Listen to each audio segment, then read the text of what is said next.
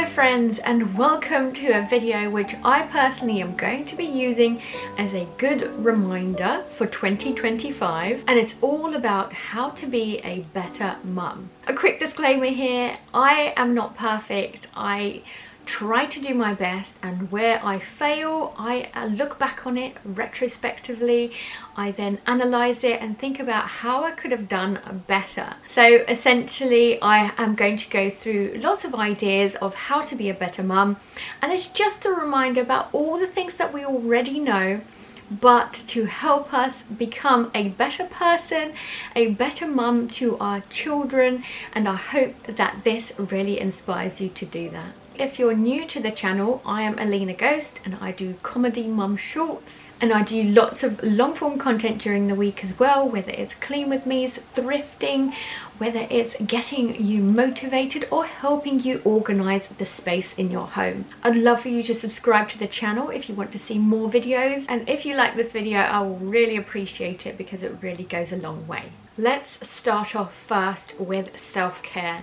I personally find that if I am in a better mood, if I feel better myself, then I am a better person, not only to my partner but also to my children, especially because they obviously don't know the etiquette or don't know how to do things. You often do things for them, or you tell them to do things 100 times and they still don't do it.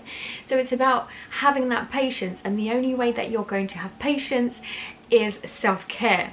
And for me, self-care are a number of things. Firstly, and probably the most important one for me, is sleeping. Let's face it, when you have children, especially when they're very young, it's very hard to get the sleep that you need because you're looking after them. However, there are ways that you can still have a nap by asking family and friends to look after the particular child, especially in the newborn stage. Even an hour really goes a long way. I remember when I had lack of sleep, I would think negatively, I will be annoyed at every little single thing. When you are refreshed and when you have energy, then you are more patient, you are more calm, you are nicer to the child and the partner. So make sure and try and grab your Z's wherever possible. Other self-care ideas are things like your energy levels, so making sure that you know when you can drink caffeine or cut down caffeine completely, which I have. I'm on decaf everything for about 5 years now. But also eat more veg, eat more fruit, drink more water. Basically try and help yourself be more healthy, and if you are healthy it means that you'll feel better, and if you feel better you are a better you. You know what, even doing my nails and doing my hair and makeup once in a while really makes me feel better in myself. So sometimes maybe self-care even means something small like that. So do your nails and see where it gets you. Then it's not about being perfect, it's about understanding your feelings, and actually owning up to your feelings as well really means a lot. So for example, if I do snap at my child, I then proceed to explain, I'm sorry. So firstly you apologize, secondly you say I am annoyed because X, Y and Z. So you're going through the process of explaining what your frustrations are and why do you feel a certain way, because that will actually help the child understand that they shouldn't do a certain action if that's what led to it.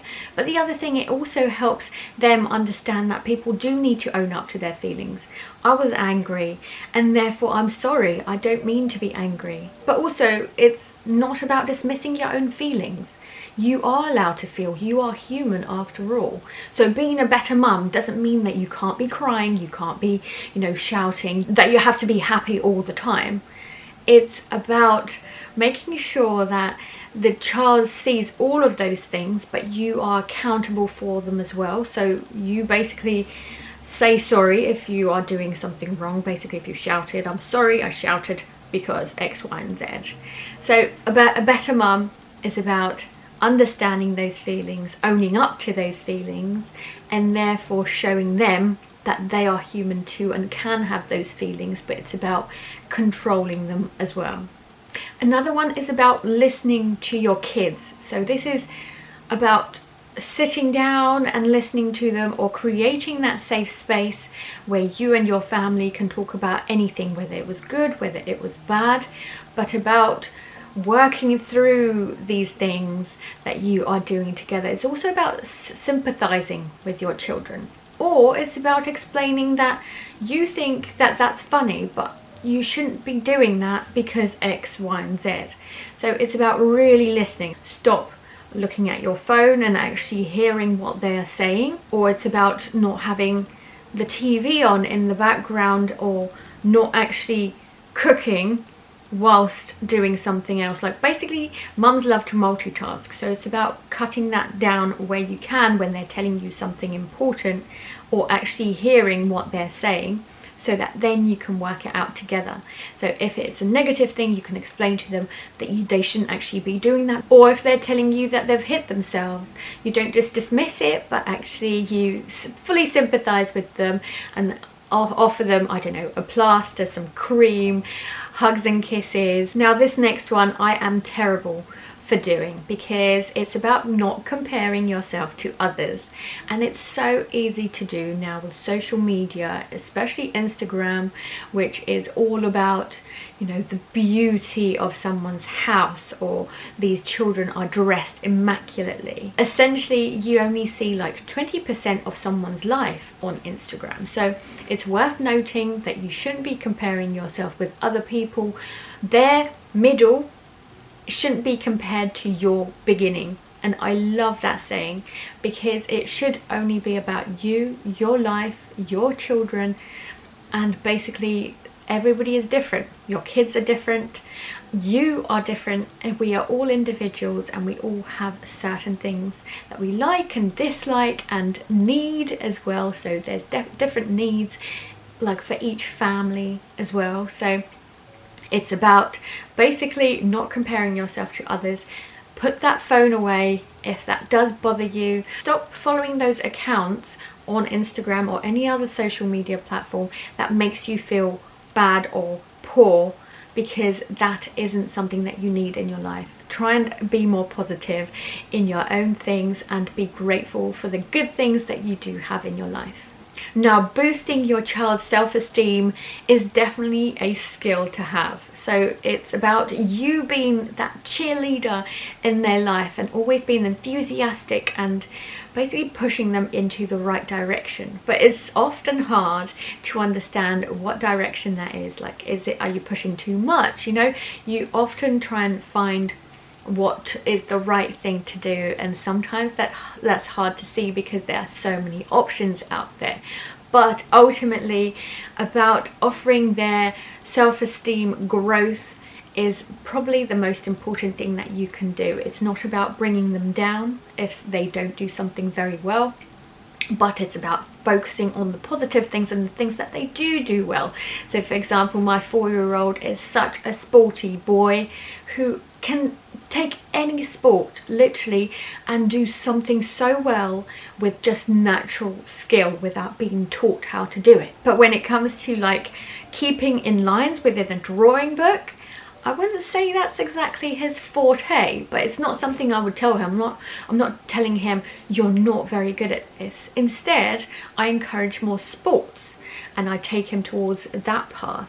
But it's also encouraging his self-esteem, because I'm like, oh my goodness, you're so good, you're such a sportsman, you can do any sport that you might want, try this out, wow, you're so good. Instead of the opposite, and basically chastising him for the fact that he can't keep within the lines in a drawing book. I don't remember where I heard this saying, but once I've read or I heard someone say, if you give a negative like comment to your child, you should give 10 positive comments to them after that. So it's similar to training a dog. Now bear with me, but when you are trying to get them to do something, you give them a treat and you try and get them to win or to do it properly so that you can give them a treat, especially as puppies, because if they do it wrong, they get frustrated, they don't understand, and they would not do the right thing because it's not a positive association. As a good mum, and this is a reminder to myself as well, let's focus more on the positives. And no, that doesn't mean that we shouldn't be telling them off, but it means that we should be louder and more proactive when it comes to the positive messages that we give out to our children. Last but not least, how to be a good mum is by having a village. So it's not about doing it all yourself, and it's about being able to ask for help when you need it. Family, friends, it's a great way to get some peace or self-care if you need it. But sometimes kids need that variation of being with someone else as well, especially if it's a partner or a family member. It's great for them to have that quality time. And also you need to have that quality time so that you can get back to yourself and be a more patient you, which makes you a better mum. Sometimes even having a cup of tea with a biscuit really goes a long way. So make sure that you're not doing it all yourself. Do ask for help when you need it, and that is what I'm going to leave you with. There's some great ideas here, a great reminder for myself for 2025 on how to be a better mum, and I would love to hear any other suggestions that you would recommend below. I would read every single one of them, so thank you so much for joining me on this video, and I hope to see you guys in the next one. Thanks for watching. Bye!